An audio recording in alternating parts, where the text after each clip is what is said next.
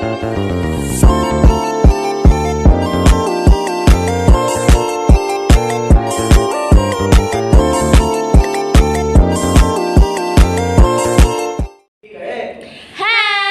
assalamualaikum warahmatullahi wabarakatuh. Welcome back to our channel. Hello guys, so di video kali ini kita akan menjawab pertanyaan, or we will do Q&A or question and answer dalam buku Aswaja.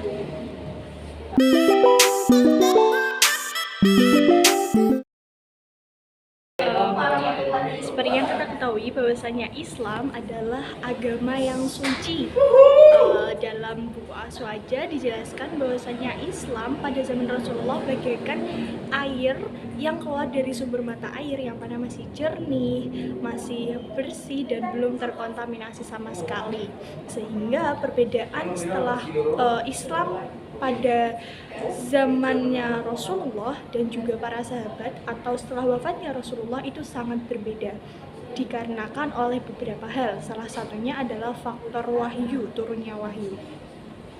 Jadi dalam hal ini ketika masa Rasulullah SAW wahyu turun secara langsung, sedangkan pada zamannya para sahabat wahyu sudah tidak lagi turun, sehingga para sahabat Islam pada zaman Nabi terjadi proses pembentukan dasar Islam, sehingga dari sini itu masih masyarakat Islam pada zaman itu masih belajar tentang dasar-dasar Islam.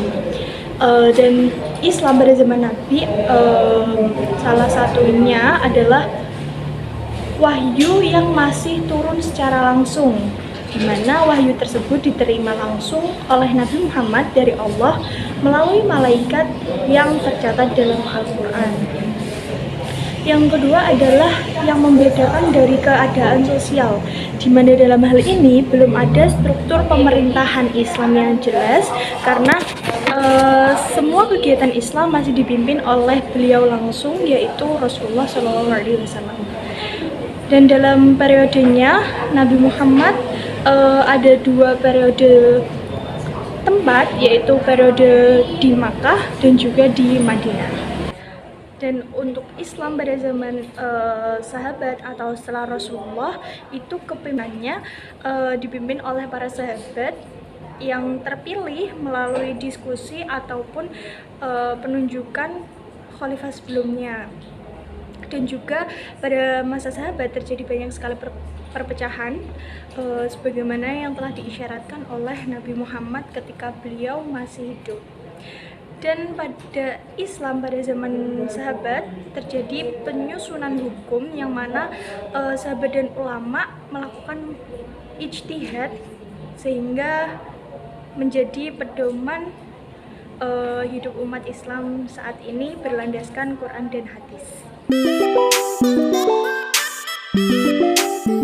Di antara sikap yang harus dilakukan adalah mengambil pelajaran, di mana konflik yang terjadi antara sahabat tersebut harusnya mampu memberikan pelajaran bagi kita tentang bagaimana pentingnya kesabaran, kebijaksanaan dalam mengambil solusi atas setiap permasalahan yang ada, dan juga keadilan. Dan beberapa konflik yang terjadi dapat dihindari dengan cara kita mengimplementasikan bagaimana kita mampu menghindari pembicaraan negatif dengan sesama untuk meminimalisir kesalahpahaman yang mampu memicu pada perpecahan atau konflik. Halo guys, sekarang kita lanjut ke pertanyaan ketiga, yaitu kenapa sangat penting? Karena dengan kajian-kajian beliau di zamannya, di eranya itu kita mendapatkan sumber ilmu yang otentik atau terjaga keasliannya. Karena sumbernya sudah jelas dari Nabi Muhammad SAW. Dari sana kita juga bisa mendapatkan contoh teladan yang baik. Kita bisa mengetahui sejarah Islam itu bagaimana dari kajian beliau di zaman beliau dan para sahabat.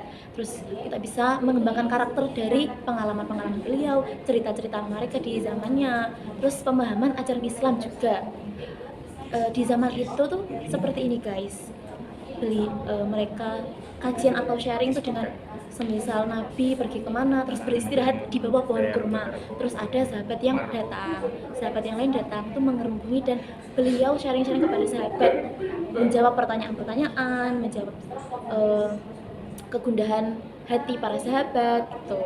Jadi jelas sangat penting karena dari sana kita bisa mendapatkan ilmu yang otentik, kita bisa bercontoh atau kita bisa contoh tauladan terpisah menjadi beberapa sekte itu sudah jelas ya, maksudnya dari awal beliau sebelum wafat tuh beliau sudah dawuh ya, beliau sudah ya pokoknya besok itu Islam akan terpecah menjadi 73 golongan. Nah setelah beliau wafat itu banyak terjadi perbedaan-perbedaan sehingga menyebabkan terpecah belahnya golongan tersebut menjadi beberapa sekte gitu. Yang pertama itu diawali waktu wafatnya Nabi Muhammad dan dipilihnya Abu Bakar. Waktu pembaiatan tersebut itu terjadi beberapa perbedaan sehingga menjadi beberapa sekte. Nah setelah itu ada perpecahan, ada peperangan, dan waktu gongnya itu di zamannya Ali ya, karena Ali kan sesudah Utsman. Nah, Utsman itu mengangkat pejabat-pejabat dari keluarganya, kemudian terjadi beberapa perpecahan ya di waktu Ali itu. Ada yang namanya golongan Syiah, golongan Mu'tazilah, ada Sunni juga. Nah di sana itu sekte-sektenya Oke, jadi kita bisa belajar lebih lanjut lagi ya dengan mempelajari buku Aswaja ini. Kemudian kita lanjut di zaman-zaman mereka ini memiliki keutamaan yang berbeda-beda. Keutamaan yang pertama di Abu Bakar, yaitu ada menyelesaikan perang Riddah, yaitu Abu Bakar berhasil menyelesaikan perang Riddah yang mana perang tersebut melawan suku-suku Arab yang murtad setelah wafatnya Nabi Muhammad. Yang kedua ada mengumpulkan Al-Quran. Kemudian yang ketiga ada menjaga kesatuan umat Islam. Abu Bakar di sini berperan untuk menjaga kesatuan umat Islam dari perpecahan. Ya, terus yang kedua ada Khalifah Umar bin Khattab, yaitu keutamaannya ada mengembangkan sistem pemerintahan. Di sini di zaman Umar ini wilayah Islam itu sangat luas. Ya, beliau memperluas kekuasaan Islam. Terus ada mengembangkan ekonomi. Jadi ekonomi di zaman Umar itu naik pesat. Yang ketiga ada mengembangkan sistem keadilan. Oke, jadi di zaman Umar ini lebih adil, lebih efektif. Oke, lanjut di khalifah ketiga yaitu Utsman bin Affan. Yang pertama ada mengembangkan sistem administrasi. Ya, jadi administrasinya itu lebih tertata di zaman Utsman. Yang kedua ada mengembangkan sistem pendidikan. Jadi membuat masyarakat Arab itu lebih berpendidikan. Oke, yang ketiga ada mengembangkan sistem kesehatan juga. Jadi Umar di sini juga mengerti kondisi masyarakat Arab. Juga di zaman Utsman Al-Qur'annya sudah diutuhkan. Beliau berhasil membuat mushaf. Ya kan pengumpulannya itu dari zaman Abu Bakar sudah dikumpulkan, zaman Umar sudah dikumpulkan. Terus zaman Utsman ini disempurnakan menjadi mushaf Al-Qur'an. Jadi di zaman beliau Al-Qur'an ini yang dibentuk. Gimana ya? Di zaman Utsman ini Al-Qur'an berhasil disatukan agar menjadi satu mushaf yang utuh. Ada Ali bin Abi Thalib. Ada keutamaan mengembangkan sistem keadilan. Yang pasti menjadi lebih baik lagi kan. Oke, mengembangkan sistem pemerintahan juga lebih baik lagi, mengembangkan sistem pendidikan. Di sini yang Ali kan dikenal sebagai Babul Ilmi ya. Ali dikenal sebagai Babul Ilmi, jadi di sini beliau mengembangkan dengan pesat sistem pendidikan. Beliau sangat menghormati orang-orang yang berilmu. Bahkan ada seorang yang berilmu membuat kitab atau menerjemahkan kitab itu ditimbang dan dikasih emas seberat kitab tersebut yang dibuat. Nah, jadi di zaman Ali ini pendidikan sangat disatukan. Oke, begitu guys. Sekian. Jadi sekian dari kami. Oke, mohon maaf apabila ada salah kata dan kurang lebihnya saya akhiri. Kita akhiri. Wassalamualaikum warahmatullahi wabarakatuh. See you guys. Don't forget to like, comment, And subscribe. Audio Jungle.